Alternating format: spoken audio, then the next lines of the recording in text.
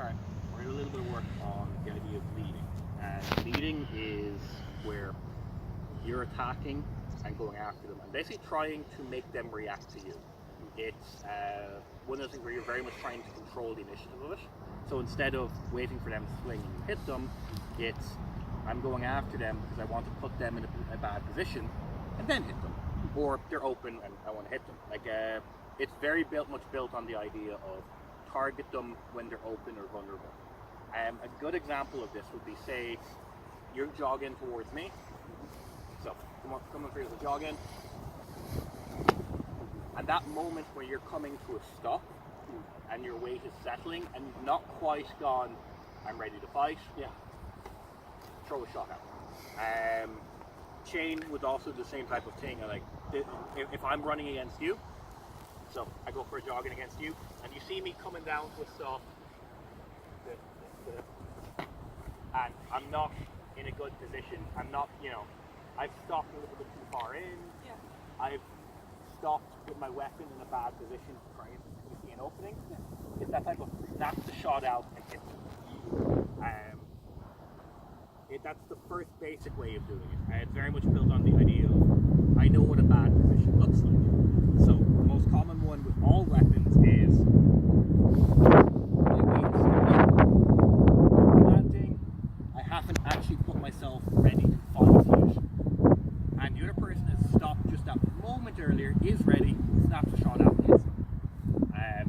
So that's your first basic one, is trying to get people in those moments of their weight set.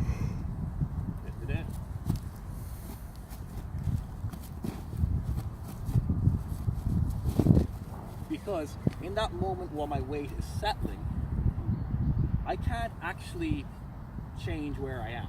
Yeah. I need to plant, wait, and then go. Like I have killed my momentum for just and I've stalled for just that moment. They're vulnerable until they have actually gotten themselves reset. Okay, so that's number one, is trying to get people when they're in that not settled moment. You have the same type of thing against the chain, where it's more when they've stepped that little bit too close. So we're doing our run in, and they come at you, and there's that moment where they've pushed themselves forward, and because they pushed themselves forward, there's that beat where I can just dash and hit before they can get the swing out. So that's your starting point, is trying to hit people at the moment where their weight is off, their momentum is off. That's kind of the most straightforward version and also the most difficult version, because the majority of people will reset or recover or get out of those situations quite quickly.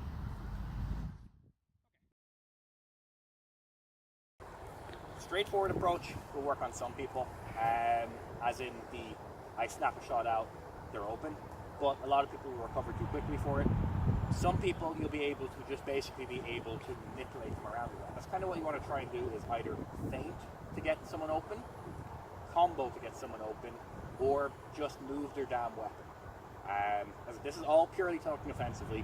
We'll get into counter-striking another time, because that's a different side of the coin, and you switch back and forth between leading and countering all of the time in the fight. Like, they're both still succeeding. But so, we'll look at some of the ways you can feint someone. Okay? So, we know we're up against a staff player at the moment. We know that is a bad position for them. We know that they can't really come at me too quickly from this side. So most of the threat I have to worry about is over on this angle. Now, like, they can get a shot around that way, and some of the better ones would work that into, say, you throw a strike at me. Not reliable, but can happen. So there is an element of threat coming from the other side, but it's not your primary worry. Your primary worry is this little hemisphere right here. Yeah. Okay, so that in mind, I might try and feint you to try and get an opening. Okay, so I might go for a strike there in the hope that you react, and then follow on. So I might the thing about a feint is it should be near indistinguishable from an actual attack. A feint, which is just dash, isn't a feint, or me waving my weapon at you. Because right now, you don't actually feel like I'm coming at you, right? On the other hand, you see that momentary, almost like a little flinch response. Yeah. That's what a feint should be like. You believed it. Yeah. You need to make the opponent believe there is an actual attack coming. Otherwise, it's not a feint. It's me extending myself and going, oh, look at my arm. And I've stopped momentum with my weapon, and this is not good for me right now. So, types of feints, for example, would just be, I would say if I was going for a vertical strike, like that. I can't hit you from here right now. But I might make you think about the fact that there's a vertical strike, and any type of shift in response, because at the moment your weight is going up to here, something is open. Horizontal strikes, same deal. I throw a strike out. Again, this isn't going anywhere. In fact, I'm banking on you trying to stop it. Stopping a shot round. Same again with, I'm throwing a little lower shot down. They're all about the idea that you start a motion in response, and I hit you while you're still doing that. Which requires a lot of speed, but it won't work if, one, you do not feel threatened, so you have nothing to react against. Or two, I wait too long. So me going, and then I've come back here, and then I start to go out again. That feint, you might have reacted to it, but I've lost my window of opportunity. Leading is all about that moment where the opponent has switched to something. They switched to dealing with dash, or they've settled this way, or they've like, and you smack them before they get a chance to reorientate. So with the feints, as I said, I'm trying to threaten you into different positions. It's very important for me to know how to strike at different angles in order to be able to threaten effectively at different angles. So for example, if I want to be able to make you respond, I need to be able to know that I can actually do a strike this way that's effective. I need to know that I could actually hit you if there was an opening there. If I'm throwing something that there's no way in hell it's going to possibly get at them, so like that, at some point you're going to go, yes, you're just going to hit me. Now, you will see people who fight from stances like this, and there's ways of doing it effectively, but there's also, it's very reliant on dropping. The ability to drop the strike down on the target, not my preferred method, doable, but if they know, like, if I'm going up that way, and I'm getting myself too overextended and going down like that, but not actually going anywhere with it, I'm open, I'm vulnerable to hitting. Now, like, the point there is not that there's a problem with the stance. The point there is I should not do this stuff unless I can actually effectively threaten from the area. Okay, so that's feints.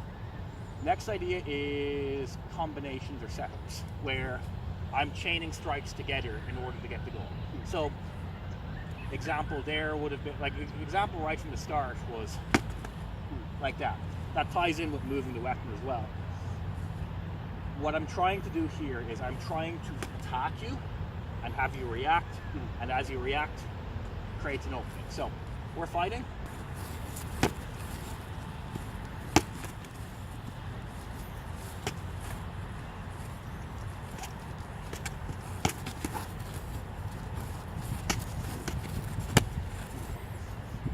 And in each case there, I'm trying to get those type of shifts.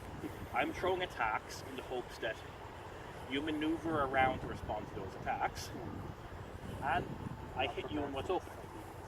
And the difference between this and the feints is the feints are just threats where I'm throwing it out, but I'm pulling it back at a point before I've necessarily committed, before I think they could actually use it against me. So for example, with the feint, I would be going like that, where I've pulled back so that when they start responding, I can do a different angle. With the actual attack, I'm committing to it. And because of that, there's more of a risk to me that he might counter me while I'm doing it. But there's also a much higher chance that I am going to actually create an opening because he has to respond. He has to either defend or counter. he can't just stand there and let me hit him. And there will be people who will not fall for feints because they know exactly when they need to move to deal with the threat. So for example, hit me. Hit me. Hit me. It's that timing of they know when that strike is going to hit them or not. So there are people, it has to be an attack. It has to be committed to in order for you to be able to get through it. Okay, so last part is the idea of he's not responding to my feints. I'm throwing strikes at him. He's firing it off. Just try and hit me a bit.